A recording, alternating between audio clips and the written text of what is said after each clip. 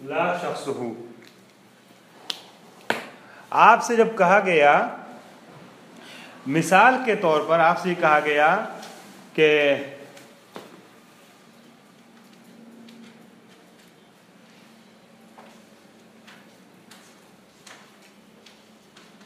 اکرم الکریم العادل، اکرم الکریم العادل،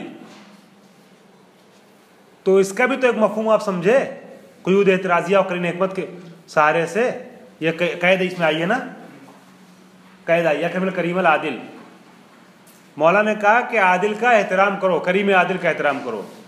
ٹھیک ہے. اب اگر عادل نہیں ہے شخص منتفی نہیں ہوگا، اور شخص ہاں اگر یہ یہاں پر طبیعی حکم منتفی ہو جاتا تو اس کا مطلب یہ ہوتا کہ اگر عادل نہیں تو احترام ہے ہی نہیں مطلقاً. لیکن عادل کے جہت سے احترام نہیں ہو سکتا، وہ فقیر عادل ہو، وہ فقیر، وہ عالم کریم فقیر ہو یا عالم فقیر ہو. سمجھ رہے ہیں دونوں بات؟ آپ دونوں فرق کیا ہے؟ اکرم العالم العادل کا تو اگر عادل نہیں ہے تو احترام نہیں ہے، مگر کیا مطلقاً ہو سکتا ہے عالم فقیر ہو، وہ تو عالم عادل ہونے کی جہت سے احترام نہیں ہے مگر فقیر ہونے میں. تو حکم منتفی ہوا ہے قیود اعتراضیہ والے میں، مگر شخص حکم منتفی ہوا ہے، ٹوٹلی نہیں. صنف حکم منتفی نہیں ہوا ہے جس کو طبیعی حکم کہتے ہیں، وہ منتفی نہیں ہوا. احترام ہے باقی دوسری جہت سے، عدالت کی جہت سے احترام نہیں ہے.